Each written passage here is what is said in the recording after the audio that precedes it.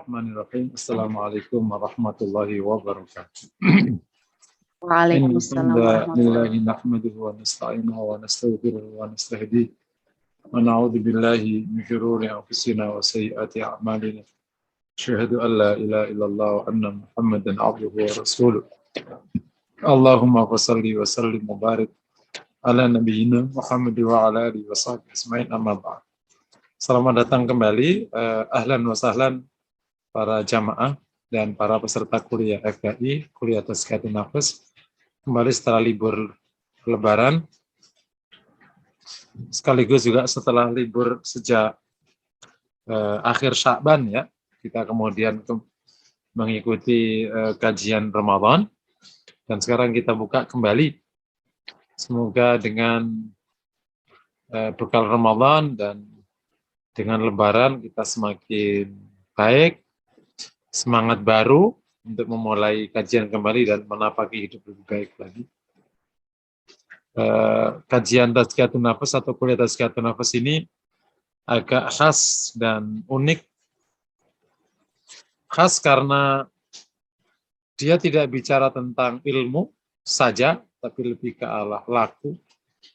Sehingga bisa jadi kita butuh sekian kali pertemuan untuk menanamkan satu nilai.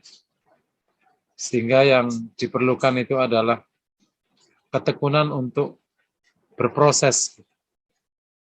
Karena bisa jadi satu sifat butuh sekian lama. Dan hanya Allah yang membuat kita bisa memiliki sifat baik itu. Kita mengambil peran karena Allah perintahkan kita untuk berusaha, maka kita berusaha. Selebihnya Allah yang akan menentukan, akhirnya hati kita bisa syukur, hati kita bisa sabar, sampailah semua proses yang kita jalani beberapa tahun ini ya. Yang kedua, ini unik karena kajian atau kuliah Tazkiyatun Nafas itu dengan sistem atau metodologi yang dikembalikan ke tradisi para sahabat gitu.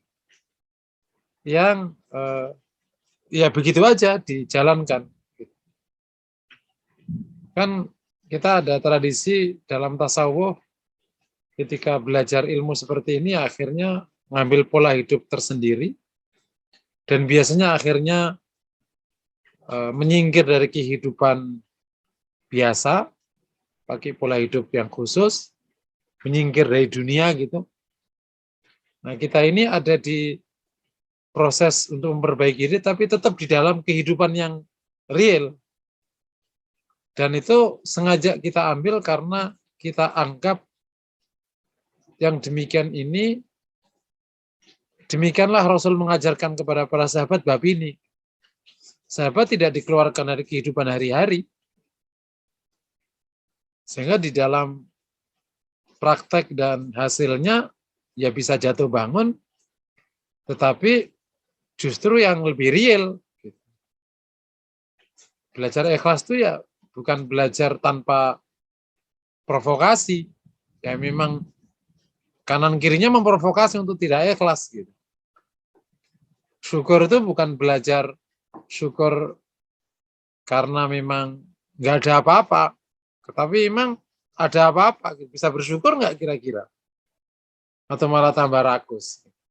Ini bagian dari proses yang luar biasa. Dan yang kami dapati memang harus ini diperjuangkan sebuah pendekatan ini karena kebutuhannya itu sangat mendesak di tengah masyarakat untuk mendapatkan kuliah ini, sekaligus praktek bertazkiyatun nafas, sekaligus juga sebagai satu bukti nyata bahwa demikianlah orang kalau ingin memperbaiki hatinya tidak harus keluar dari area kehidupan. Karena kalau keluar dari area kehidupan, itu ya nggak nyata. Gitu. Orang zuhud, karena memang nggak ada apa-apa, kan nggak nyata. Gitu. Tapi zuhud di tengah ada apa-apa, baru itu zuhud beneran. Gitu. Masya Allah. Ya. Mungkin ini pengantar. Dan sekarang kita akan belajar ilmu hati dari Asmaul Husna, dari nama Allah yang mulia, namanya Al-Muhaimin. Yang Sifat ini Allah sebutkan di surat Al-Hasyr. Alladzi wallahul malikul quddus assalamul mu'minul muhaiminul azizul jabbar. Al-muhaimin. Al-muhaimin dari haimanah. Isim fa'ilnya jadi al-muhaimin. Apa sih al-haiman dan muhaimin? Para ulama menjelaskan haimana akhirnya al-muhaimin ya, si isim fa'ilnya atau subjeknya itu mengandung 3 hal atau mengandung 3 hal secara komplit. Yang pertama, al-muhaimin maknanya alladzi ya'rifu hajiyat wa tumuhat al-abd. Ia yang tahu kebutuhan, kondisi, dan harapan hamba-hambanya. Yang diinginkan hambanya itu tahu semua. Kenapa dia kok tahu? Karena ia menciptakannya. Nah, itu yang bab al-khaliq berarti. Yang kedua, haimana al-muhaimin, setelah ia tahu tentang semua kebutuhan dan keinginan hambanya, ia memenuhi semua kebutuhannya.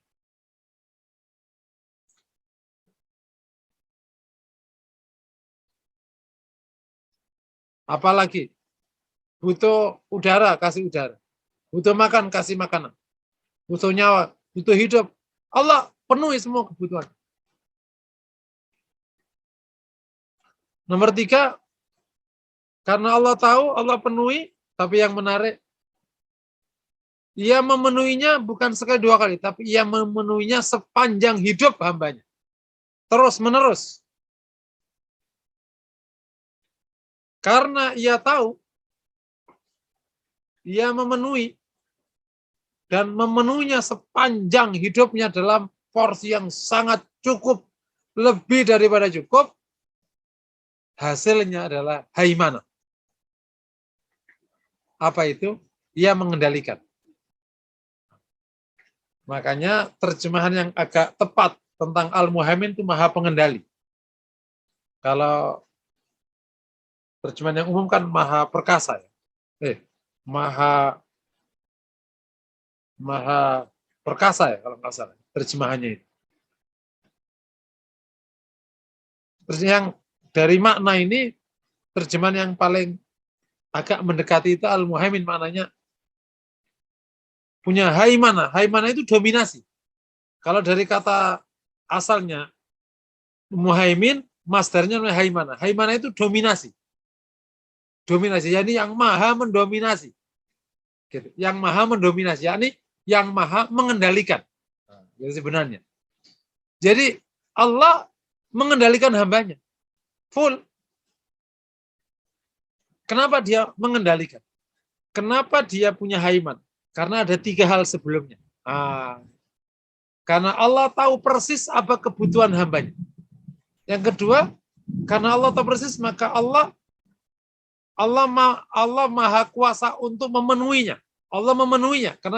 Kenapa ia memenuhinya? Karena ia menciptakannya dan ia kuasa. Ada yang memenuhi tapi nggak bisa memenuhi karena nggak kuasa. Tapi kan Allah maha kuasa. Ada memenuhi tapi nggak pas karena bukan menciptakannya. Ia mengetahui persis kebutuhannya, ia memenuhinya. Yang ketiga, ia memenuhinya terus-menerus sepanjang hidupnya dalam kondisi yang sangat cukup. Nomor 3. Begitu ada 3 hal ini, maka ia punya haimana. Itulah al-muhaimin. Jadi al-muhaimin itu adalah sifat dari tiga sebelumnya. Maka akhirnya ia maha mengendalikan, ia maha mendominasi atas hambanya. Hambanya dalam kendali Allah full. Allah full mengendalikan hambanya. Bisa dipahami ya insya Allah. Nah, sifat ini Allah tempatkan di Al-Hasyr setelah Al-Mu'min. Setelah As-Salam, Al-Mu'min, Al-Muhaimin. Berikan damaian, berikan rasa aman, dikendalikan. Jadi udah enak, dikendalikan. Masya Allah. Ini belajar sifat yang luar biasa. Jadi mulai Al-Muhaimin ini, nanti ada sifat-sifat lain yang perlu kita belajar. Oke ya, sampai poin ini insya Allah bisa dipahami ya, makna Al-Muhaimin ya. Nah, pelajaran penting dari sifat ini harus kita dudukkan betul.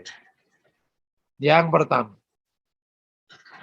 karena Allah Al-Muhaimin, Ia mengendalikan full hambanya, maka jadilah hamba yang baik, yang tenang, yang taat, yang ridho. Kenapa? Kamu nerima yang terjadi padamu, ya kamu akan begitu.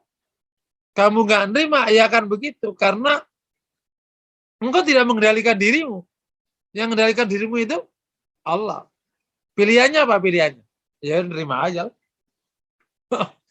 Paham nggak kira-kira? Itu yang namanya ridho, yang namanya qanaah. Ngomongnya gampang. Ada hadis qudsi yang sangat menarik. Kata Allah Subhanahu wa taala, "Ana urid wa anta turid. In radita ma urid, kafaitu kama turid. Wa illa at'abtu kama turid." Luar biasa makna. Ini hadis qudsi luar biasa. Ana uridu wa anta turid. In radita ma urid, kafaitu kama turid. Wa illa at'abtu kama turid. Apa artinya? Kata Allah, saya punya kemauan. Saya mempunyai kehendak. Dan engkau juga punya kehendak kepada hambanya. Kalau engkau ridho atas kehendakku, maka aku, kata Allah, akan cukupkan apa yang kau kehendaki. Allah akan cukupi yang kau kehendaki. Allah akan penuhi yang kau kehendaki. Tapi jika kau tidak ridho, saya akan capekkan kamu untuk mengejar yang kau kehendaki. Dicapekkan mengejar yang kau kehendaki. Dan belum tentu dapat. Jadi karena Allah mengendali, ya udah nyerah aja dah. Gitu. Apa berarti? Tafwid, taslim, terus ada tawakal, ada qanaah, ada syukur, ada sabar, ada ridho. Karena ia al-muhaimin. Ibarat bayi yang nggak berkutik, semua dikendalikan oleh ibu, ya udah nyerah aja dah. Paham ya kira-kira? Oh, dan kita kepada Allah begitu, itu yang baik. Kita diajarkan oleh Allah menyerahkan banyak sekali. Sebelum tidur kita diajarkan Allahumma inni apa itu? Allahumma inni alja'tu dhahri ilaik wa fawwatu amri ilaik wa aslamtu ilaik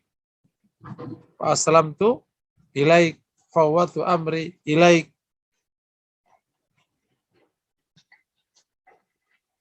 Amantu bi kitabika amantu bi kitabika alladzi anzalta wa bi nabiyyika alladzi arsalta. Jadi alja'tu dhahri ilaik, saya serahkan, saya sandarkan punggungku padamu. Wa fawwatu amri ilaik, saya serahkan urusan kepadamu. Aslamtu ilaik, saya serahkan diriku, aslamtu nafsi ilaik, saya serahkan diriku kepadamu.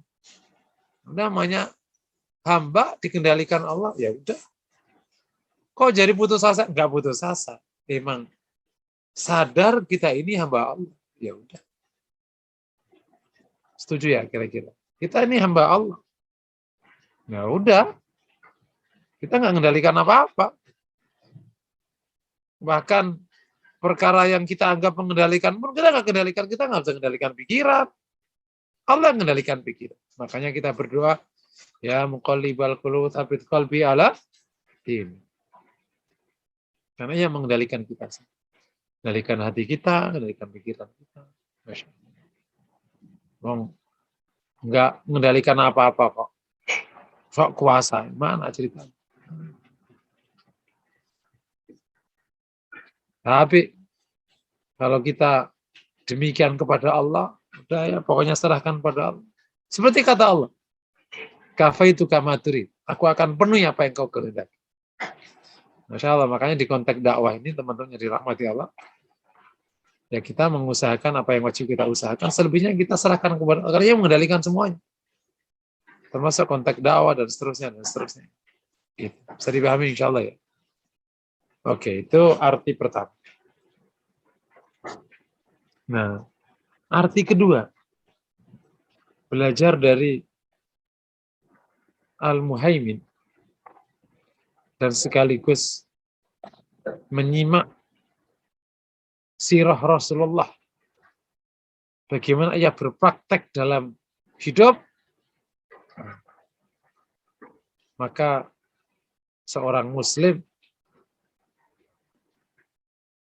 harus memenangkan kebenaran ini, salah satunya dengan cara bisa mengendalikan apa yang harus dia kendalikan.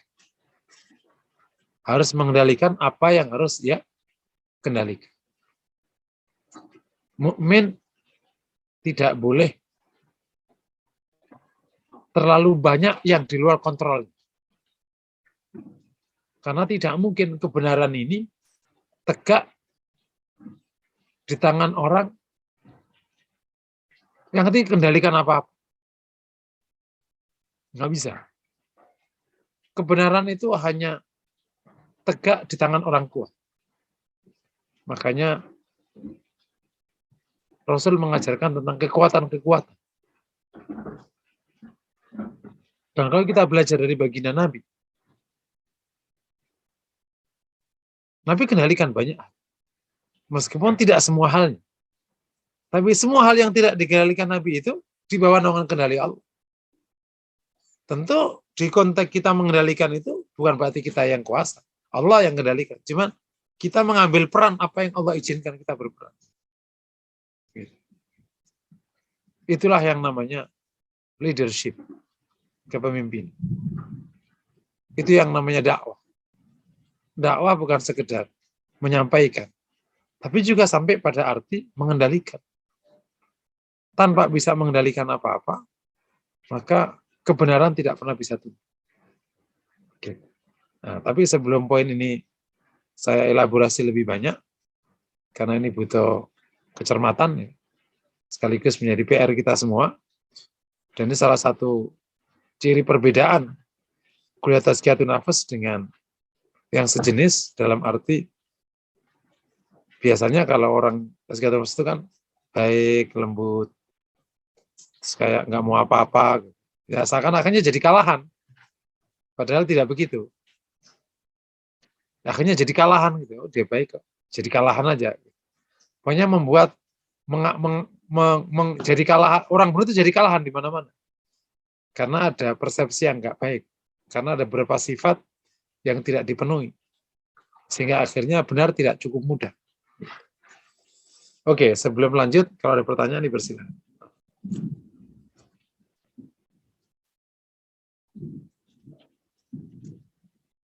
Padahal kalau ada pertanyaan atau belum ada, kita lanjut. Khair Ustadz, untuk paparan awal materi ini, saya cek dulu di layar Zoom dan di chat room. Sepertinya belum ada, dan belum ada yang raise hand ya menggunakan fitur raise hand. Ada ini Pak Indro, Masya Allah. Oh. Pak Indro, disilakan untuk bertanya langsung kepada Ustadz di sini. Terima kasih Bu In. Assalamualaikum warahmatullahi wabarakatuh. Waalaikumsalam warahmatullahi wabarakatuh. Ustadz, kalau menyimak tadi ya, berkaitan dengan sifat Allah Muhaimin dengan juga leadership saja ya. Jadi kalau kita bisa mengasah atau kita bisa mau menjadi leader yang sungguhnya itu berarti kita harus mengendalikan Ustaz ya. Mengendalikan itu dia harus tahu persis juga tadi apa potensi anak buah kita, tahu persis kebutuhan kita, kebutuhan dia, kita tahu juga persis ya seperti tadi Allah tadi punya itu. Jadi baru kita bisa mengendalikan Ustaz ya. Artinya baru kita bisa menjadi leader yang sungguhnya. Kalau kita tidak tahu anak buah kita itu potensinya kayak apa, kita tidak tahu keinginannya apa, dan kemudian kita tidak juga mampu memberinya macam, jadi tidak bisa juga. Atau benar begitu, Ustaz? Ya, tadi ada beberapa kata perlu dihati-hati ya. Belajar Asmaul Husna ini perlu. Harus menghindari kata seperti Allah. Harus menghindari kata seperti Allah. Nanti khawatir nanti tasbih jadinya. Tapi selalu gunakan kata belajar dari Allah. Itu boleh. Kita belajar dari Rabb kita. Jadi itu boleh. Karena kan kata Nabi, Innallaha katabal ihsana ala kulli syai' fa kalau Allah telah menetapkan tindakan ihsan pada segala, maka kalau kau menyembelih ihsanlah. Jadi belajar dari perbuatan dan sifat Allah. Gitu ya. Jadi belajar dari sifat Allah, maka memang mukmin kayak gitu. Dan ini yang menjadi PR, menjadi PR besar. Salah satu PR besar adalah ketika kita kan kalau dalam praktek kajian agama itu, mohon maaf ini kan sebagian besar di wilayah fikih kan. Kemudian ada di wilayah tauhid, fikihnya enggak. Jadi akhirnya sangat ekstrim. Bukan ekstrim ya. Hitam putih jangan, tauhid kan enggak gitu. Nah, ketika masuk wilayah tazkiyatun nafas, dia menggunakan pendekatan tradisional. Sehingga situasinya itu tidak gitu. Jadi ada orang muslim yang baik yang akhirnya jadi ya udah jadi justifikasi, menjadi kalah-kalahan gitu. Paling bantu jadi tempat untuk minta doa gitu. Jadi situasinya itu tidak seperti yang kita gambarkan di zaman sahabat itu, orang-orang mulia itu enggak gitu. Sahabat itu menjadi contoh karena memang dia contoh kan. Nah, salah satu nih kalau kajian Asmaul Husna itu yang menariknya di sini. Jadi coba bayangin kalau kita belajar orang yang paling mulia setelah Rasul, Abu Bakar. Setelah Abu Bakar namanya Umar. Gimana Umar itu bersifat? Ya, kita bisa belajar dari Umar dan kita bisa belajar. Kita yakin sifat dia baik karena dia ahli jannah. Clear kan? Berarti dia ahli jannah kan bisa dicontoh kan? Kalau orang yang bukan ahli jannah kan nggak bisa dicontoh kan?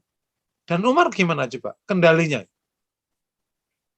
Sejauh mata memandang dia bisa kendalikan banyak hal. Itu yang disebut dengan kata Nabi, kullukum ra', kalian itu leader. Dan ini kalau kumpulan leader, gimana cepatnya itu dakwah. Dan leader itu kan bukan bosi ya, bukan ngebos, bukan keketuaan, apalagi sampai perebutan posisi. Leader itu adalah tanggung jawab, peran, dan lain sebagainya. Sehingga akhirnya pengaruhnya menjadi besar, dan pengaruhnya besar akhirnya kembangkan. Dan kalau ini ketemunya 100 orang yang berpengaruh kan gede banget hasilnya. Gitu. Bisa saja leader Anda adalah orang yang paling di belakang posisinya. Tapi leader sebetulnya pengaruhnya besar sekali dia. Nah, belajar dari bab itu, ya kita harus tadi dalam konteks memenangkan agama ya, karena kan tugas utama Rasulullah itu walladzi arsala rasulahu bil huda wa dinil haq, apa itu? Yudhhirahu 'ala dini kulli. Apa itu, Mak? Yudhhirahu itu apa maknanya? Yudhhar itu mendominankan. Cuman diterjemahkan menjadi memenangkan. Sebenarnya yudhhar itu mendominankan. Dominan gitu jadinya. Yang benar itu dominan. Kalau menang itu kan lebih umum ya. Ini dominan banget. Karena kalau menang benar itu nggak dominan, nggak jalan. Nah, supaya idhar, salah satu yang harus kita punya itu, kita punya rentan kendali yang jauh. Rentan kendali yang jauh. Itu baru bisa idhar gitu. Idharul haq. Kalau menggunakan bahasa di surat Al-Anfal, itu kan ayat bahasa lihiqal haqqa wa yubtilal batil, untuk menyatakan kebenaran. Benar itu nyata, clear. Wa yubtilal batil, dan membatalkan yang batil, karena ada batil yang tampak benar. Gitu. Yang benar yang tenggelam, tidak tampak benar, gitu, karena tenggelam kan. Gitu. Nah, supaya lidhirahu ala dini kulli, itu salah satu sifat yang kita miliki, namanya punya kendali. Nah, kalau kita ingin punya kendali, 3, ketahui kebutuhannya, nanti kita elaborasi. Penuhi kebutuhannya, dan penuhi dalam waktu yang lama dan cukup. Jangan sekali 2 kali nggak kendali. Kira-kira kalau musim kayak gitu, menang nggak kira-kira? Nah, itu makanya kenapa orang muslim itu wajib ngasih zakat. Itu salah satu proses mengendalikan. Karena orang yang memberi, mengendalikan. Gitu. Kenapa suami mengendalikan istri? Karena suami ngasih nafkah. Coba kalau yang ngasih nafkah istri, ngasih suami. Yang mengendalikan siapa? Istri. Ada nggak ya? Suami yang dinafkahi istri.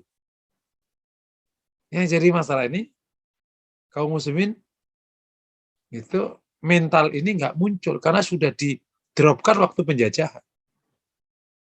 Gitu. Dan itu terasa betul kalau kita kunjungan ke daerah-daerah. Tokoh-tokoh agama terkadang itu mentalnya drop sekali. Karena emang ya itu kan proses pendidikan penjajahan yang lama kan. Akhirnya benar-benar nggak berkutik di dalam proses ini. Makanya insya Allah kalau kemudian kita terus memperbaiki, suatu saat, dan itu nggak perlu lama, karena kan Quran Sunnahnya masih ada. Gitu. Dengan izin Allah. Ada terkadang yang ingin gitu, akhirnya ngeloncat, gitu, karena proses leadership-nya nggak mapan. Gitu. Akhirnya malah jadi marah-marah, ngancam-ngancam, itu malah bahaya. Kan. Mengendalikan kan bukan marah-marah, mengendalikan itu ya baik, gitu. Tapi tiba-tiba kendali, itu keren lah. Gitu. Itu proses yang harus kita jalankan, dahsyat sekali kalau belajar Asmaul Husna itu. Masya Allah, itu dahsyat sekali betul. Makanya sebagian motivator menjadikan ini materi training itu, karena ini paling top. Karakter building yang paling bagus menggunakan studi Asmaul Husna. Yang paling top. Masya Allah, mau belajar di Asmaul Husna gimana nggak top. Mungkin gitu, wallahu a'lam. Masya Allah. Ya jelas Ustaz, syukran jazakallah. Iya. Alhamdulillah. Jazakallah khair Ustaz untuk jawaban pertanyaan dari Pak Indro. Selanjutnya ada Bu Alida yang menggunakan fitur raise hand. Disilakan untuk bertanya kepada Ustaz, Ibu Alida. Silakan Bu. Terima kasih Bu Iin. Afwan Ustaz, Ya. tadi di sini hujannya besar jadi nggak kedengaran. Jadi akar kata muhaimin itu dari apa ya Ustaz? Akar kata muhaimin dari kata apa ya Ustaz? Haimana. Haimana. Ya. Baik, jazakallah Ustaz. Itu masdarnya. Nah. Iya. Syukran. Ya, Ustadz, baru 2 yang raise hand, Ustadz. Setelahnya saya cek Kita di lanjut, chatroom, belum ada pertanyaan. Mungkin bisa dilanjutkan, Tafadhol. Nah, tapi teman jamaah yang dirahmati Allah, para peserta kuliah, tentu ini kan materi ya. Nanti dalam prakteknya ya menyesuaikan kita masing-masing ya. Tapi yang paling penting itu makna pertama masuk. Makna pertama itu kalau kita tahu ya al-muhaimin Allah, ya udah gitu. Kalau dalam bahasa praktek lapangan nggak usah sok. Udah jadi hamba itu yang baik aja sudah gitu. Kenapa kau nggak mengendalikan apa-apa gitu? Nggak usah sok mengendalikan ini kan itu. Nah, makna kedua itu sebenarnya di bawah naungan makna pertama. Jadi kalau kita muslim itu mencoba untuk mengambil peran itu bukan berarti kita kendalikan. Kita menjalankan apa yang Rasul contohkan, yang Allah perintahkan untuk memenangkan, maka kita begini. Tapi pada dasarnya yang kendalikan semuanya Allah. Nah, gitu maknanya ya. Yang kendalikan semua Allah. Makanya kenapa kita itu tidak boleh merasa tertekan ketika orang nggak dapat hidayah. Ya nggak apa-apa, biar tidak aja gitu. Kan nggak boleh kita kemudian sampai sedih ya. Kata Allah, wala yahzunka qauluhum. Jangan sampai pernyataan mereka, yakni orang yang tidak beriman itu membuatmu sedih. Karena kau tidak kendalikan. Gitu. Demikian juga misalnya kalau akhirnya orang itu sampai ya suduna ansabilillah, gitu. Terus gimana? Ya udah, tugas kita mendakwakan. Selebihnya ya sudah, kita kan nggak kendalikan apa-apa. Sampai segitu kira-kira Allah ajarkan kita tentang masalah ini. Dan berulang kali kan Rasulullah SAW didorong untuk tidak boleh sedih, tidak boleh larut atas urusan itu. Bahkan sampai di ayat An-Nisa itu, fala takunanna minal jahilin, jangan sekali kalau menjadi orang yang bodoh. Karena apa? Karena saking inginnya hidayah ini sampai ke mereka, dan ketika mereka nggak dapat, sedih kitanya. Enggak boleh. Karena apa? Yang kendalikan bukan kita. Paham ya? Makanya saya berulang kali ketika menghadapi teman-teman yang sangat antusias dalam dakwah, saat ini gimana? Ya sudah, negeri ini Allah yang punya. Tapi menonton lagi. Negeri ini siapa? Negeri ini Allah yang punya. Nanti Allah yang akan jalankan kehendak. Oh ya, kendalikan. Tugas kita gimana? Menjalankan yang Allah perintahkan. Suruh ibadah, suruh kerja, suruh apa? Amar ma'ruf. Suruh apa? Tapi wajib, karena perintah Allah juga nggak main-main. Selebihnya apa? Serahkan pada Allah, karena yang mengendalikan. Paham ya kira-kira? Jadi menjadi hamba itu yang harus tahu diri di konteks ini. Tadi masa jadiin satu kan, mulai dari mulai dari tafwid, kemudian menyerahkan kepada Allah, taslim, tawakal, terus apa tadi? Syukur, qanaah, setelah qanaah syukur, setelah syukur sabar, setelah sabar ridho. Gitu. Tafwid, apalagi? Terus setelah tafwid, taslim, tawakal ya, karena tawakal itu ada usahanya. Terus apa lagi setelah itu? Qanaah, terima. Gitu. Setelah itu syukur. Setelah syukur, sabar jika pas ketemunya yang enggak. Setelah itu ridho pada Allah. Gitu. Luar biasa kalau udah begitu. Karena tahu yang mengendalikan semuanya adalah Allah SWT. Dan itu, Bapak Ibu yang dirahmati Allah, itu membuat kita itu nyaman sekali. Ya udah, kita lepas. Termasuk urusan keluarga, termasuk urusan karir kita, urusan semua yang mengendalikan Allah SWT. Tapi Allah nyuruh kita berdoa, Allah nyuruh kita berusaha, Allah nyuruh macam-macam ya. Nanti kembalinya ke bahasan qada qadar. Sip ya. Nah, poin kedua tadi, belajar dari Al-Muhaimin, kita juga sekaligus karena dicontohkan oleh Nabi, kita juga harus berproses, berusaha untuk bisa memenangkan kebaikan dan memenangkan apa yang kita yang kita inginkan dengan cara mengembangkan rentan kendali. Boleh nggak? Boleh. Karena itu bagian dari doktrin Nabi, kullukum ra', kalian itu leader. Gitu. Nah, kalau misalnya sekarang nih ya, 66 orang yang gabung di kita. Terus latihan, ayo gimana kita bisa coba nih satu orang di sini coba punya rentan kendali kepada orang di kompleknya semuanya. Bagus nggak kira-kira? Bukan dengan cara memaksa, tapi benar-benar orang bisa terpengaruh. Gitu. Pak, ini Pak, kita ada kajian Pak, Selasa malam Pak. Panjang lebar lah Pak. Pak, nanti kalau habis ngaji di tempat saya, nanti saya kasih bakso Pak. Misalnya. Atau apa-apa terserah Pak. Karena ngajinya online. Iya Bapak kumpul aja di tempat saya, nanti saya kasih layar yang lebar. Ustadznya di Depok tuh. Habis itu nanti kita ngopi-ngopi. Boleh deh. Jadi satu klub isinya 100, lumayan. Terus gitu. Panjang lebar semuanya. Berkembang nggak? Kelebihan sahabat Nabi itu di situ. Begitu dia masuk Islam, langsung wud gitu. Ternyata cara membuat itu rutenya belajar dari sifat Al-Muhaimin. Apa itu? Yang pertama, kenali kebutuhan masyarakatmu. Dari sekarang nih kita belajar. Kenali kebutuhan masyarakat. Keren nggak? Wah, belajar di sini mah, Masya Allah. Kenali kebutuhan masyarakat. Ini teori ini dipakai di marketing, Pak, di bisnis, di politik, di dakwah, di keluarga.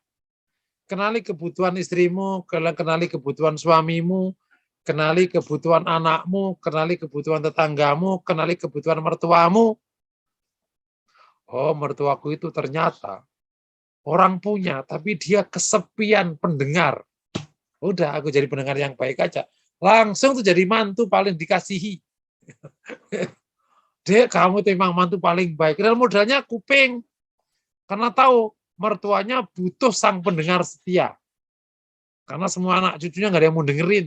Dan dia ingin cerita masa lalunya, cerita waktu dia masih gagah dulu gitu. Dan ini menjadi sesuatu yang menggembirakan dia karena cerita masa lalu. Enggak ada orang mau denger, ya udah kita denger aja. Modal denger udah lumayan. Bisa dipahami ya kira-kira. Nah, di titik ini kalau kita bicara dakwah, kaum muslimin punya PR. Ya termasuk kita-kita ini.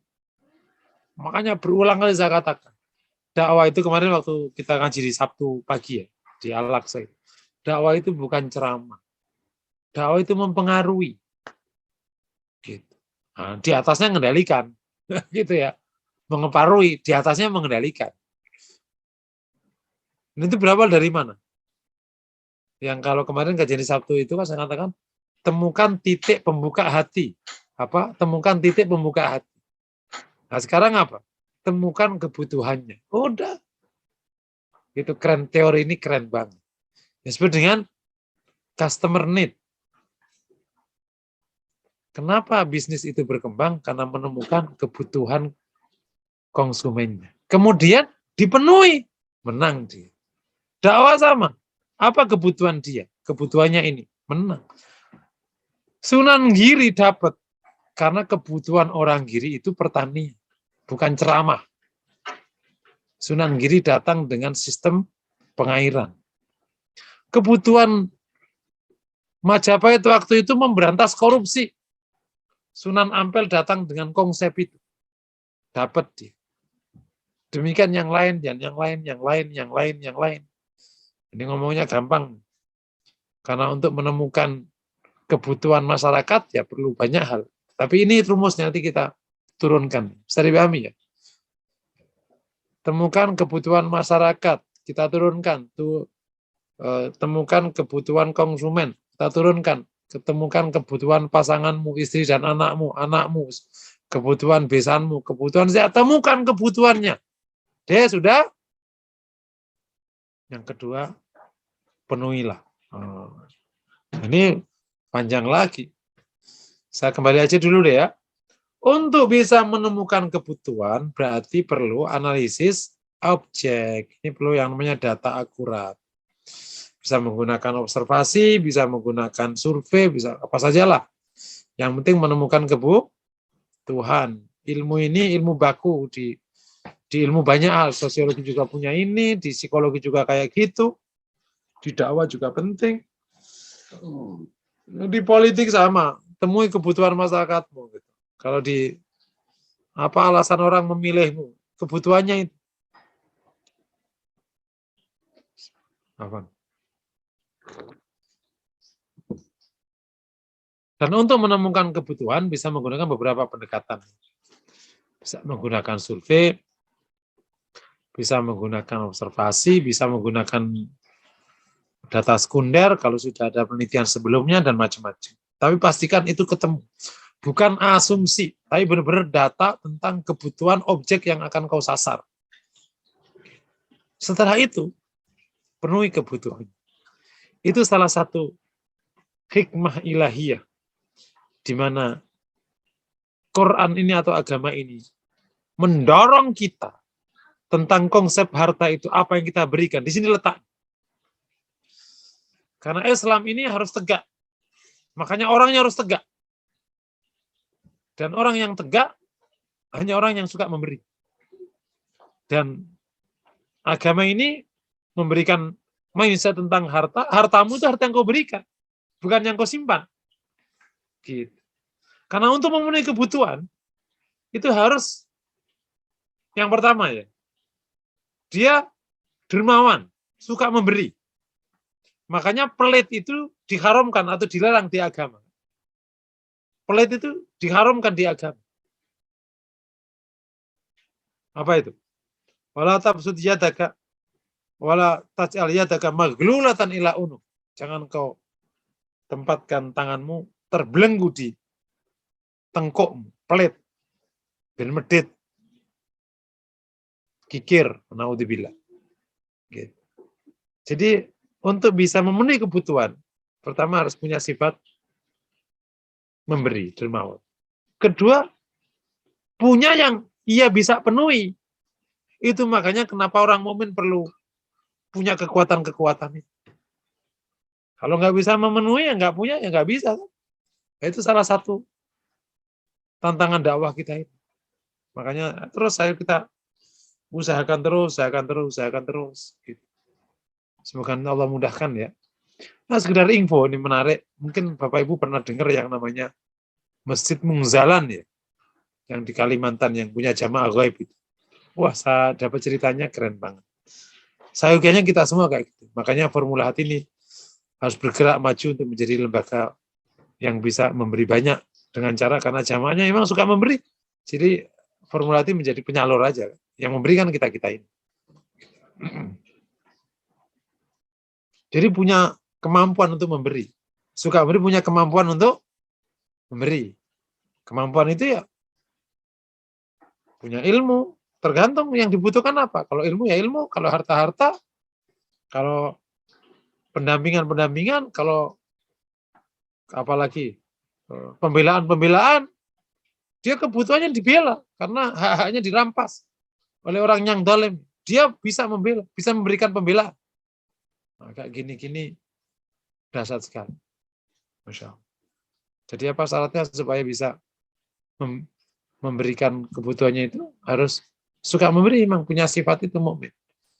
Yang kedua apa? Ada kemampuan untuk memenuhi kebutuhan. Tergantung kebutuhan. Dan yang ketiga, punya cara yang baik agar sampai kepada yang membutuhkan.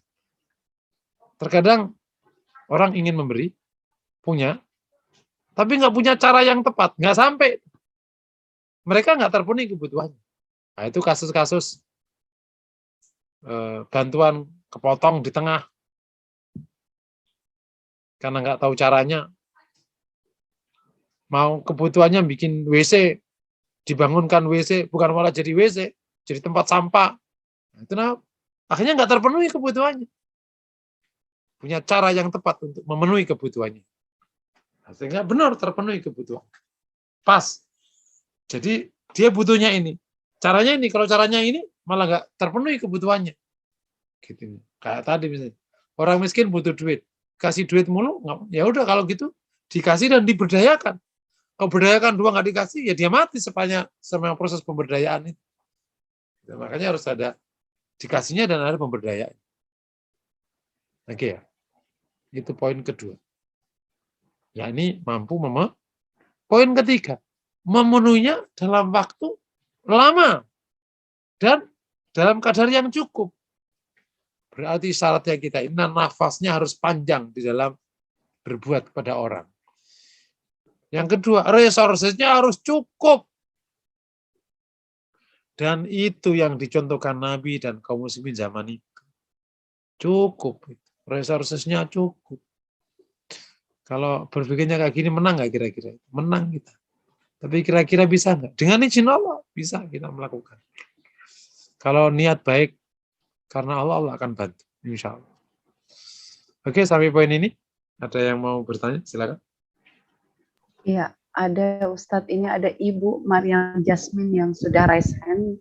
Nah, kemudian saya cek dulu siapa lagi yang sudah raise hand. Ya, baru Ibu Mariam Jasmine. Kepada Ibu Mariam Jasmine disilakan. Terima kasih Bu. Assalamualaikum warahmatullahi wabarakatuh. Waalaikumsalam warahmatullahi wabarakatuh. Ustadz, katanya kan untuk kita ini punya takdir kita itu sudah dituliskan di Lauh Mahfuz ya. Untuk merubah takdir itu kita kan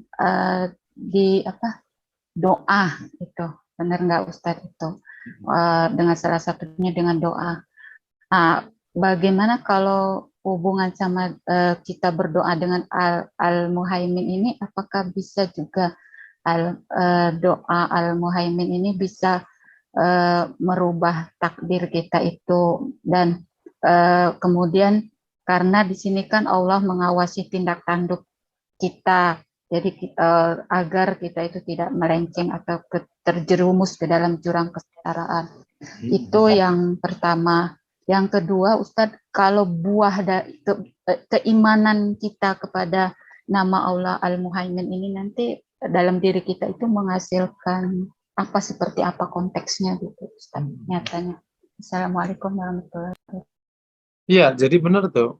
Allah yang telah menetapkan Allah menetapkan qadar, sudah dicatat sebelumnya, sebelum kita diciptakan. Dan Allah ngasih ruang kepada kita untuk berusaha. Allah juga ngasih kabar gembira bahwa Allah juga bisa merubah takdir kita sesuai dengan kehendaknya. Bukan kita yang merubah, Allah mau merubah takdir sesuai dengan kehendaknya. Dan ruang untuk meminta perubahan itu namanya doa dan berbuat baik. Nanti Allah akan, kita berusaha, Allah kasih ruang kepada kita untuk berusaha lebih baik lagi. Dan Allah juga akan janjikan yang berbuat baik akan kasih hasil baik. Lirijali nasib maktasamu walinisai nasib memang tasab. Menjadi karena kita juga nggak tahu takdir kita, tapi yang kita tahu kita wajib berusaha, kita wajib jadi orang baik, kita wajib belajar, maka lakukanlah yang kau ketahui dan ridholah atas apa yang Allah putuskan. Paham ya rumusnya? Lakukanlah yang kau ketahui. Kau ketahui apa? Kau wajib belajar, wajib bekerja dengan baik, wajib ridho, wajib syukur, wajib sabar, wajib ini, wajib ini, wajib ini, wajib ini. Selebihnya, maka serahkan kepada Allah atas semua keputusan yang kehendaki. Tapi yang jelas Allah Maha Rahman, Maha Rahim. Allah Maha Adil. Maka insya Allah kalau kita berusaha baik, Allah akan ngasih kita hasil baik. Insya Allah. Yang kedua, apa hal buah dari ini? Buahnya dua tadi. Sebagai yang sudah kita kaji. Yang pertama, kalau kita yakin betul ya Al-Muhaimin, ya udah kita akhirnya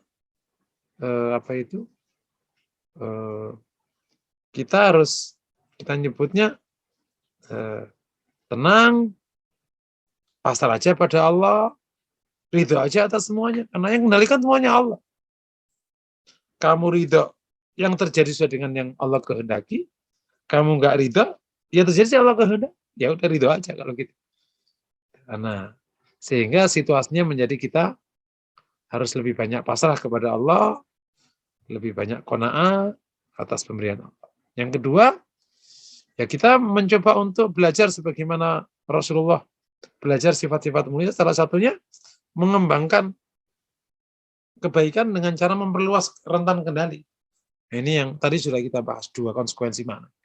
Wallahu a'lam. Nah. Ya, demikian jawaban dari Ustadz Ibu Mariam Jasmine. Terima kasih.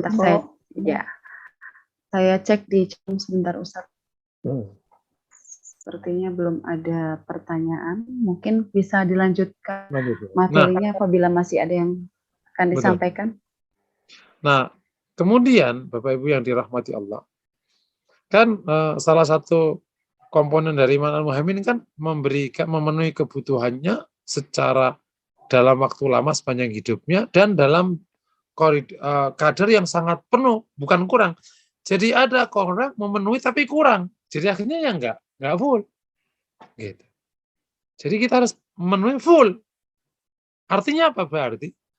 Kita butuh nafas panjang, resources yang sangat cukup. Belajar dari bab ini artinya para pelaku dakwah penerus para nabi harus punya nafas panjang dalam berbuat baik. Tidak boleh nafasnya pendek. Dan nafas panjang itu sampai kapan? Sampai akhir hayat. Wa'budu rabbaka hatta ya'tiyakal yaqin. Berbuat baik pada sesama itu nafasnya harus panjang. Kapan? Sampai akhir hayat. Masya Allah. Senang nggak kira-kira gitu? Berbuat baik kok sampai akhir hayat. Masya Allah. Dan ini kalau kita belajar, semoga Allah mudahkan kepada kita untuk terus bisa berbuat baik sama sesama sepanjang hayat. bisa memenuhi kebutuhan orang kok sepanjang hayat. Masya Allah. Mental ini yang harus hadir untuk memenangkan agama. Mentalnya harus hadir untuk perjuangan. Memenuhi kebutuhan masyarakat sepanjang hayat. Terus gimana caranya itu? Kita cari caranya. Nah, itu yang kemudian kita dapati salafus soleh kan gitu dulu. Makanya diri kita yang harus tidak boleh berlebihan kan. Sebagaimana waktu kita ngaji tafsir ya tentang makna, tentang gimana alokasi dana seorang mukmin. Ternyata untuk dirinya nggak besar, nggak nyampe 30%, selebihnya banyak untuk kasus urusan lain. Ini sejalan dengan bab ini. Nah, bab nafas panjang ini, Bapak Ibu yang dirahmati Allah, termasuk PR juga kaum muslimin. Gitu. Karena kalau nggak memenuhinya sepanjang hayat, itu juga nggak bisa memenangkan kendalinya menjadi sebentar-sebentar gitu. Itu ya sebentar-sebentar aja. Di saat istiqomah itu diperlukan untuk amal soleh, termasuk untuk memberi dan memenuhi kebutuhan orang itu juga diperlukan istiqomah. Terus saja. Sehingga perlu apa tadi itu yang disebut dengan mental yang sangat kuat, niat yang sangat kuat. Tapi lebih daripada itu, resourcesnya harus cukup, kapasitas harus cukup. Dari belajar kayak ini, ya, setelah kita mengenali makna mu'min dan apa makna yang terkandung,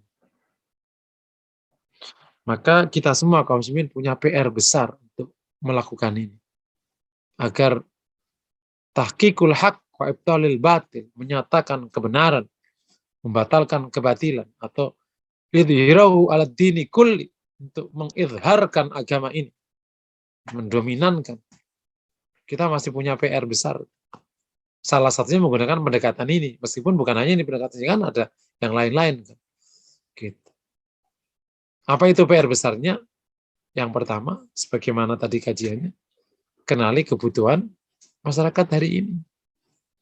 Maka kajian terhadap budaya masyarakat, kajian terhadap kondisi masyarakat menjadi penting. Dakwah tidak sekedar ngasih materi. Ini kan Bapak Ibu semua, karena orang kenyang aja jadi bisa ngaji. Coba kalau orang lapar, maulah. Gitu. Bersyukur karena Allah berikan Bapak Ibu kenyang. Ya. Coba kalau lapar, ya enggak lah. Kalau lapar ya enggak ceramah isinya, kasih duit aja udah. Gitu. Kalau anak muda ceramah, enggak doyan lah anak muda ceramah. Emang enggak doyan. Anak muda diajak nongkrong. Habis itu baru. Gitu. Namanya anak muda paling enggak suka. Kalau survei anak muda tuh, yang paling suka cuma 4 hal. Bukan pusing juga ini. Anak muda itu yang paling disukai atau kebutuhannya itu musik. Kemudian yang kedua olahraga. Ketiga film. Keempat bisnis. Dan hari ini anak milenial sekarang yang paling dibutuhkan itu uang. Makanya Masya Allah. Terus kayak gitu suruh ngaji. Gak ada yang mau lah. Gitu. Jadi terus gimana caranya? Caranya memang dakwanya begitu-begitu. Nah, makanya kalau nanti kita mau masuk anak muda memang harus diteliti betul budayanya supaya dapat pas gitu. Nah, di konteks ini data tentang kondisi masyarakat menjadi super penting dan sangat penting. Lagi-lagi ini juga PR. Gitu. Gimana kita punya kendali baik? Kita juga nggak ngerti apa yang diinginkan masyarakat. Sama sekali nggak ngerti kita. Karena mungkin kita nggak biasa mengenali mereka. Akhirnya pakai asumsi-asumsi. Semuanya pakai asumsi-asumsi semua. Akhirnya ya nggak kokoh. PR kedua adalah tadi kan, gimana bisa memenuhi? Ini juga jadi PR juga kita. Setelah sudah tahu, terkadang kita nggak mampu untuk penuhi. Karena kita pada posisi masih membutuhkannya, istilahnya kita belum selesai dengan diri kita sendiri. Itu juga jadi PR. Kan tadi 3 hal untuk bisa memenuhi kebutuhan masyarakat kan. Punya sifat kedermawanan, punya hal yang bisa memenuhi, punya kekuatan Yang terakhir punya cara. Nah, ini juga bisa, ini juga PR kita. PR kita untuk kaum muslimin di konteks dakwah untuk bisa mengembangkan kedermawanan yang baik itu.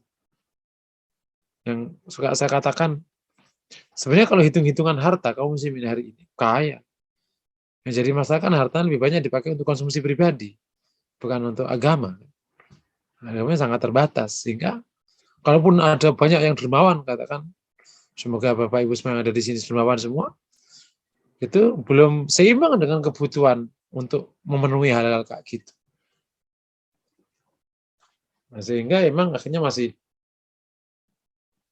jauh ya. Saat orang-orang sekuler yang nggak beriman, wah, jor-joran untuk kayak gitu. Dia akhirnya dapat posisi. Itu yang ketiga, PR-nya juga sama. Nafas panjang dalam berbuat baik ini.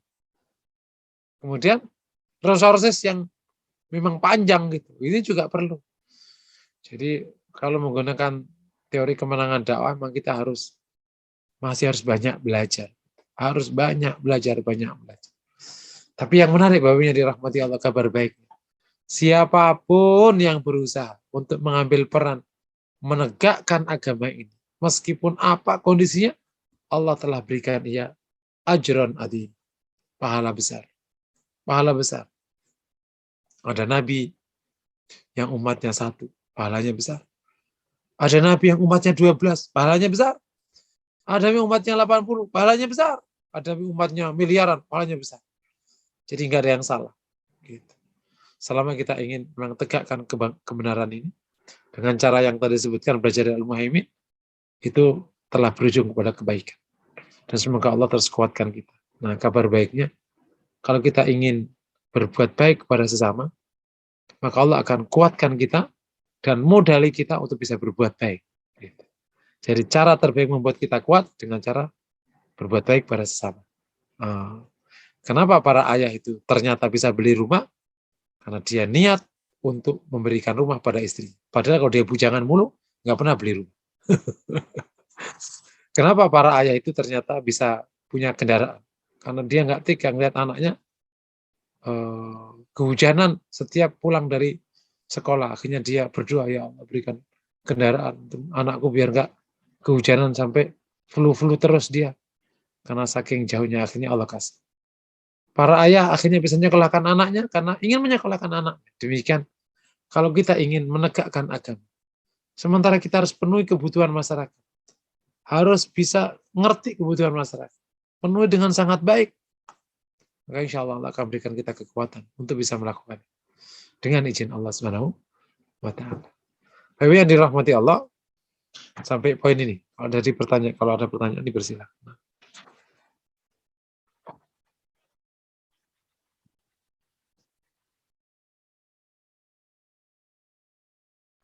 Ya, izin membacakan pertanyaan di chat room Ustadz berkaitan dengan surat An-Nisa ayat 85. Bagaimana kalau kita sudah memberikan sesuatu untuk seseorang atau bagaimana, tapi kita sudah tahu akan digunakan, yang akan kita berikan sebagian digunakan untuk hal yang haram. Apakah kita akan termasuk mendapatkan dosa dari apa yang kita berikan kepada orang tersebut, gitu, Ustaz? Kita sudah niat, kita tahu nih kayaknya nanti bakal dipakai untuk sesuatu yang tidak baik, bahkan sesuatu yang mungkin yang haram, ya. Apakah kita termasuk mendapatkan dosa juga dari orang yang kita berikan itu tersebut? Jadi gini, mohon penjelasannya. Kalau kita tahu bahwa pemberian kita memang digunakan secara pasti ya, bukan secara su'don, memang nyata digunakan untuk perkara haram, maka kita masuk dalam ta'awun alal itsm, termasuk mendukung dosa. Kita ikut dosanya. Contoh, ada orang minjem pisau, dan kita tahu pisau ini dipakai untuk nusuk orang yang tidak berdosa, kita ikut dosa. Tapi kalau kita meminjamkan sesuatu untuk sebuah hal yang mubah atau hal yang baik, tapi ternyata dibelokkan tanpa sepengetahuan kita kita nggak punya dosa. Paham ya? Demikian kalau kita memberi seseorang dan kita tahu itu dipakai untuk hal haram, maka kita ikut dosa. Maka di konteks ini Anda boleh membatalkan. Gitu. Termasuk kalau berjanji. Aku janji mau ngasih kau ya, katakan 1 juta. Tapi kita tahu, begitu kita kasih, dia bisa, amen, besok kita mabuk ya. Aku insya Allah besok dapat dari abang 1 juta. Ah, kita dengar tuh. Bang, nggak jadilah. Kalau lo mau dosa, nggak, gua nggak mau. Lo janji, ya lo dosa, enak aja lo. Paham nggak kira-kira? Gitu. Jadi ini bisa menjadi sebab kita boleh tidak memenuhi janji karena tahu ada dosa. Kalau mau, berarti you jangan pakai dosa. Ah, gitu kira-kira. Dijanji. Itu baru. Paham ya, insya Allah ya. Allahu a'lam bishawab. Ya, selanjutnya ada Ibu Riri Abrita yang sudah menggunakan fitur raise hand. Kepada Ibu Riri Abrita, disilahkan untuk bertanya kepada Ustadz. Nah. Masih monitor Ibu Riri?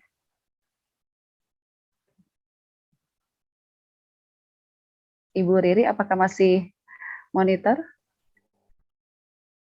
Sepertinya mungkin Ibu Riri sedang ada kegiatan lain, Ustadz. Mungkin ada yang masih ingin disampaikan. Saya cek belum ada yang resen. Sebentar, surat itu tadi pertanyaan Anissa Anissa 85. Coba itu apa Ya. bunyinya? Bisa di sebentar. Ya, ini pertanyaan dari Ibu Nur. Ibu atau Bapak ini? Nur Ya, tulisannya ya. Ibu, Sebentar ya, Anissa 85. Anissa Sebentar ayat ya. 85. Kaitannya dengan, sebentar dicek oleh Ustaz. Anissa 85. A'udzubillahi minasyaitonirrajim. Oh, ini diketahuinya setelah diberikan, Ustaz. Oke. Nah, kalau diketahuinya setelah diberikan, selesai, nggak ada urusan. Dia nggak Oh, berarti kita tidak tahu ya, Ustaz ya. Terhitung. Kecuali diketahuinya ya. sebelum itu nggak boleh. Masuk kategori tahu. Tapi kalau diketahuinya setelah, nggak. Itu di luar kendali. Wallahu a'lam bishawab. ya, Assalamualaikum, Ustadz. Waalaikumsalam. Ya, Bu. Nah. Ya, Ustadz, saya mau tanya tentang penyakit ain. Saya antara percaya nggak tidak percaya ya, karena saya baru mendalamkan agama begitu. Itu benar terjadi ya penyakit ain itu? Iya, ain itu maknanya mata. Iya. Ain itu namanya ainul hasud ya. Matanya orang hasud. Maknanya itu matanya orang hasud. Itu soalnya saya antara apa sih, ini cuman hanya praduga aja ya. Udah 2 orang apa 3 orang gitu, saya lagi kesel sama itu orang, terus tiba-tiba saya punya hasrat yang kesel, tiba-tiba hasrat saya itu kejadian. Itu apa yang terjadi, Ustaz? Saya berdosa apa tidak? Misalkan parah-parahnya saya bilang, saya maksudnya gini, menghayal kalau dia meninggal, nyata kejadian seperti itu. Karena saya udah kesal dengan kelakuan dia yang main parah, udah bikin saya tersinggung. Itu gimana, Ustadz? Apakah itu berdosa? Oke, pertanyaannya udah atau masih ada lagi? Udah. Saya bisa jawab ya. Jadi kalau kondisi yang Ibu tadi tidak masuk bab ain. Bab ain itu gini, jadi ada orang hasud, apapun sebab hasudnya. Nah, matanya orang hasud itu harus dihindari karena bisa menjadi sebab tentu keputusannya dari Allah. Iya. Jadi mata hasud itu, matanya orang hasud itu kayak ada racunnya gitu, bahasanya gitu. Nah, sehingga kita harus ta'awud dari ainul hasud, matanya orang hasud. Nah, dampak matanya orang hasud itu apa? Kemana aja, nggak ada aturan bakunya. Bisa aja akhirnya nikmatnya hilang, bisa orang yang dihasuti kena masalah, bisa orang yang dihasuti itu kemudian menghadapi situasi yang pelik sehingga kenikmatannya jadi kacau, nggak bisa dinikmati dan macam-macam. Itu namanya ainul hasud. Makanya ada iyyaka wa ainul hasud. Engkau harus hati-hati dengan matanya orang yang hasud. Oke ya. Itu Nah, yang untuk ah, gimana? itu yang Mau bisa. dengerin jawaban atau mau nanya lagi? Oh ya maaf, silakan jawaban dulu ya. Siap. Nah, untuk kasus ibu, ini kelihatannya bukan ainul hasud, karena kan Ya. ibu tidak hasud.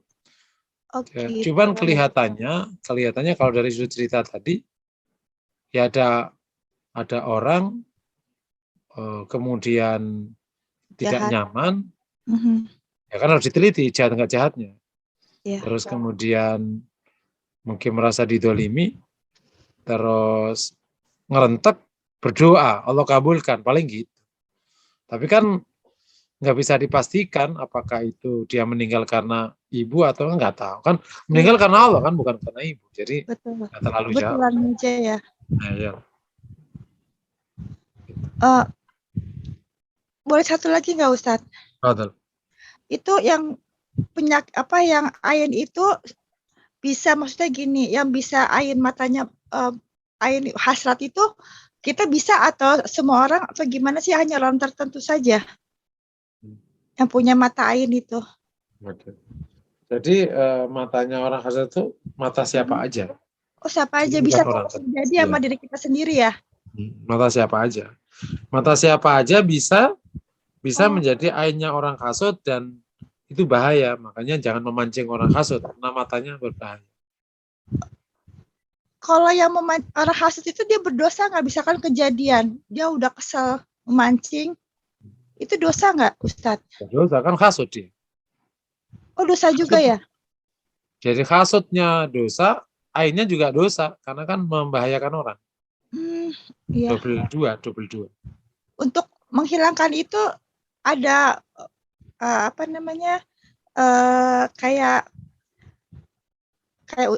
untuk menghindarnya bacaannya ada nggak Ustadz? Misalkan Ya, untuk menghindarkan menggunakan ta'awudz itu surat surat Al-Falaq. Al-Falaq ya.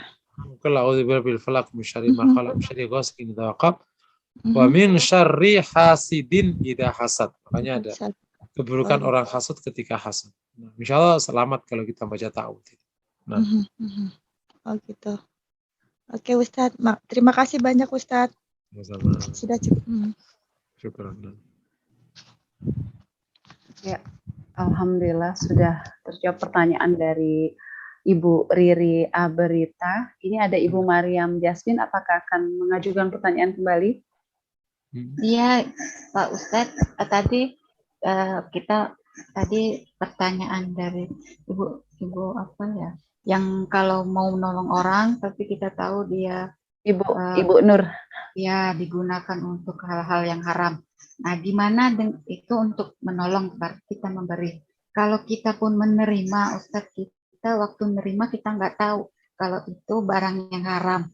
Setelah kita gunakan atau bahkan sampai masuk ke dalam tubuh, misalnya semesti makanan itu hasil dari yang haram, itu gimana kita berdosa dan gimana cara kita membersihkannya kalau Ya, jadi kalau dari sudut fikih hukum, karena kita nggak tahu ya berarti tidak ada hukum padanya, dicabut bahwa tadi barangnya haram. Karena al-aslu fi syai'i al-hil. Itu kaidah usul fikihnya. Asalnya segala sesuatu itu halal. Jadi kalau kita dapat sesuatu, yaitu hukumnya halal. Sampai ada bukti dia haram. Nah, begitu kita makan, berarti itu hukumnya halal. Kan nggak tahu. Karena asli sesuatu itu hukumnya halal. Nah, setelah kita makan, ternyata ada bukti bahwa dia haram. Ya maka maafu, ya dimaafkan. Karena udah terlanjur masuk. Abu Bakar memberikan contoh dilepehin, karena baru dimakan. Tapi kalau sudah dimakan berhari-hari, itu namanya maafu, dimaafkan oleh Allah SWT. Nah, ini dari bab sudut hukum, ya fikihnya. Tapi dari sudut ilmu tazkiyatun nafas, supaya kejadian ini tidak kejadian, artinya kita terjebak kepada hal haram meskipun dimaafkan, maka kita bisa menggunakan warok atau kehati-hatian.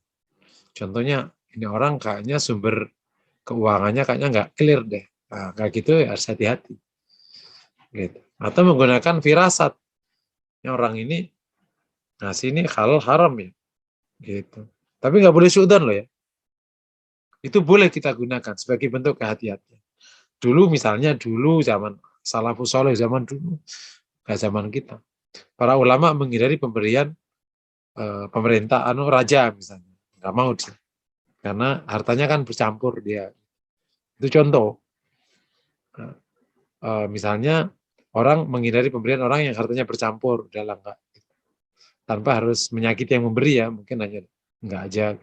Itu contoh beberapa case warok, kehati-hatian. Warok itu adalah hati-hati sebelum kejadian, sehingga akhirnya dia selamat, nggak sampai perlu muntah-muntahin sesuatu. Meskipun sih secara hukum fikih dimaafkan, mau nggak tahu kan, tapi kan udah kadung masuk, gitu. Bisa dipahami ya, insya Allah. Wallahu a'lam. Berarti kalau kita ragu-ragu juga lebih baik dihindarin ya Ustaz. Betul, kalau ragu-ragu dihindari.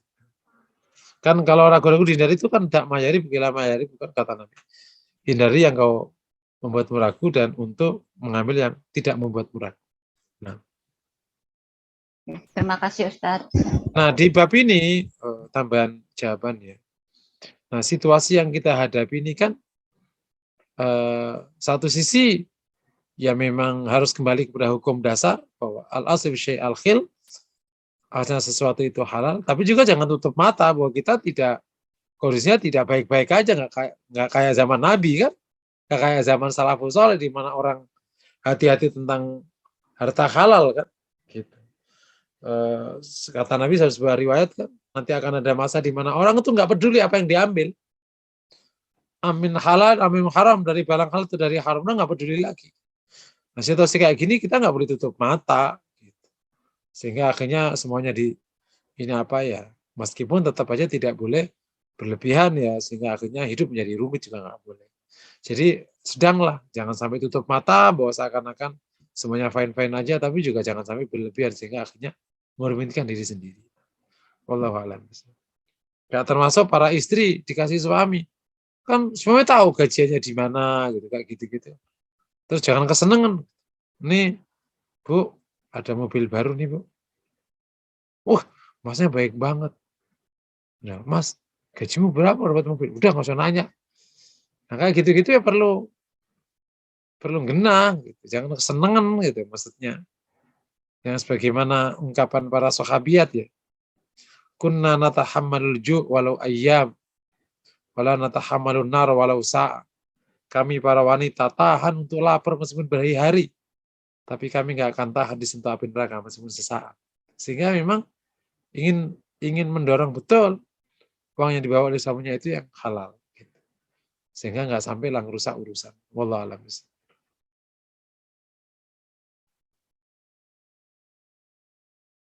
Alhamdulillah Ustadz, semua pertanyaan yang menggunakan fitur resen sudah dijawab, dan di chat room belum ada pertanyaan masuk. Barangkali ada closing statement dari Oke, tambahan pada malam ini hari ini.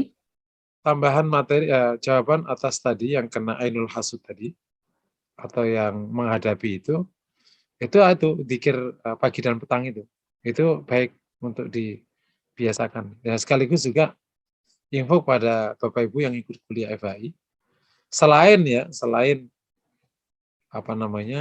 ikut taubat dan zikir yang sekilas itu, ya kalau berkesempatan ditambah dengan zikir pagi dan petang. Kalau nggak bisa yang lengkap ya sebagiannya juga boleh. Itu bagian dari cara kita menghindarkan diri dari bab, terutama juga terhindar dari waswasatus syaitan, jin ya, tergoda oleh jin. Saya beberapa case kemarin ada beberapa jamaah yang mengalami kasus rumahnya ya, itu perlu dikuatkan. Yang namanya gelontangan, yang macam-macam lah namanya rumah di Jakarta ya, itu juga dikuat-kuatin aja. Supaya apa? Supaya terhindar. Harus diketahui bahwa ainul hasad itu memang bahaya sekali. Saya agak melihat dengan nyata sekali tentang dampak dari ainul hasad. Gitu. Rasulullah SAW kan betul-betul mewanti-wanti kita agar kita terhindar dari ainul hasad itu. Matanya orang hasud itu. Dengan mendorong supaya kita tidak memancing hasud. Demikian juga kita berdoa selamat dari, karena memang dampaknya Masya Allah luar biasa. Itu luar biasa dampaknya. Kadang melebihi tamsisul jin, melebihi sentuhan jin. Saking buruknya dampak dari aunul hasud. Nah, oleh karena itu teman-teman yang dirahmati Allah, di samping jangan memancing orang hasud, tapi juga kita tahu dari aunul hasud. Itu ya Bu ya, Allah alam. Mancingnya itu yang seperti apa Ustaz? Memancing-mancing. Memancing hasud kalau kita memang suka pamer, suka menampak-nampakkan keberlimpahan, itu memancing hasud. Ikuti kajian saya di hasud, kalau sudah saya bahas kalau nggak salah, di kapan tuh? Berarti di penyakit hati, ya kan ada itu penyakit hati. Itu ada sudah kita bahas tuh.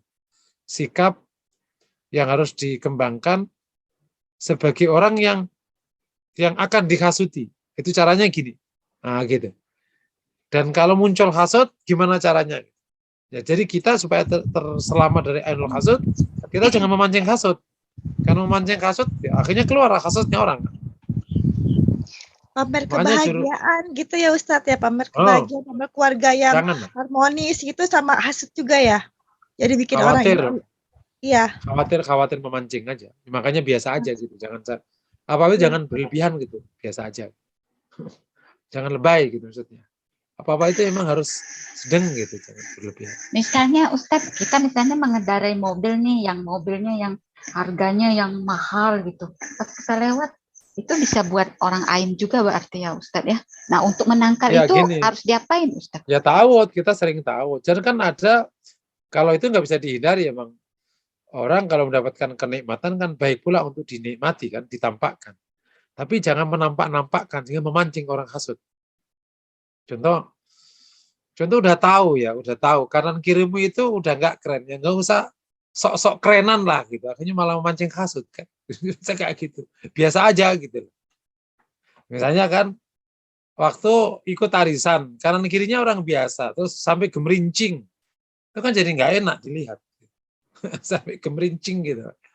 Paham ya kira-kira? Kalau di pergaulan paham tuh. Kalau ada orang yang tampil tapi nggak memancing, ada orang yang tampil memancing. Sampai membuat orang mencibir gitu. Akhirnya kan jadi membuat iri. Kayak dia aja sih.